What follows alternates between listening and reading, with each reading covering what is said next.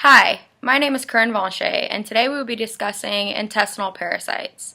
So before getting into intestinal parasites, I'm going to explain what a parasite is. A parasite is an organism or sometimes a small animal that cannot survive on its own. It has to receive its nourishment from some other type of organism. So, an intestinal parasite is exactly what its name states, a parasite that lives inside the intestines. There are two common types of intestinal parasites, protozoa and helminths. Helminths are multi-celled worms. The most common are tapeworms, pinworms, and roundworms. Helminths cannot multiply in the human body. Protozoa have one cell, which allows them to multiply throughout the human body and can cause serious infection. These are some of the causes of an intestinal parasite. If you can check off one or multiple boxes on this list, you have most likely come into contact with or someone with an intestinal parasite.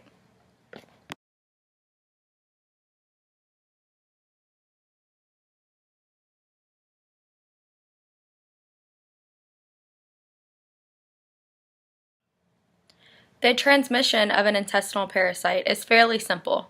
If someone comes into contact with infected feces, including food, water, and soil, they could possibly contract an intestinal parasite. Some parasites cause symptoms and some do not. An intestinal parasite can live in the human body for years before ever causing a single symptom. These are some of the symptoms that intestinal parasites do cause.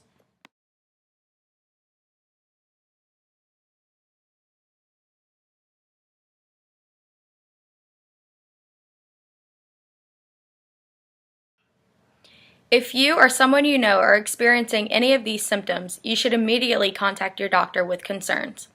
Your doctor will most likely ask questions concerning travel and weight loss.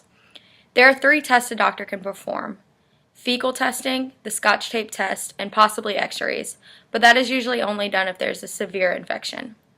If your doctor diagnoses you with an intestinal parasite, there are different types of medications and antibiotics for different types of parasites.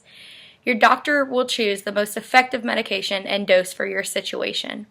You must follow the dose and the doctor's instructions very carefully, for most people do not get rid of their parasite because they did not take the required dosage as they were told. Although an intestinal parasite is easily transmitted, there are steps you can take to prevent yourself from ever getting one. Here are a few tips for preventing this.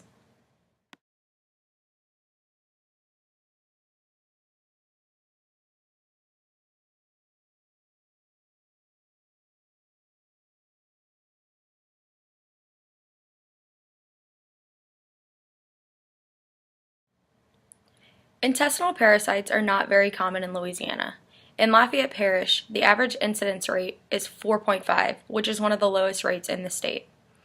Over the last 6 years, there have been about 150 to 300 cases reported. The annual incidence rate in Louisiana ranged from 0.12 to 6.1 cases per 100,000 people. In the United States, the incidence rate is about 6.4 for every 100,000 people.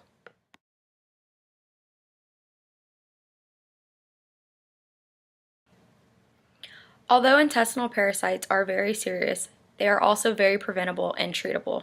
If you follow tips on prevention and treatment that I have provided here today, you should be in the clear. Thanks for watching.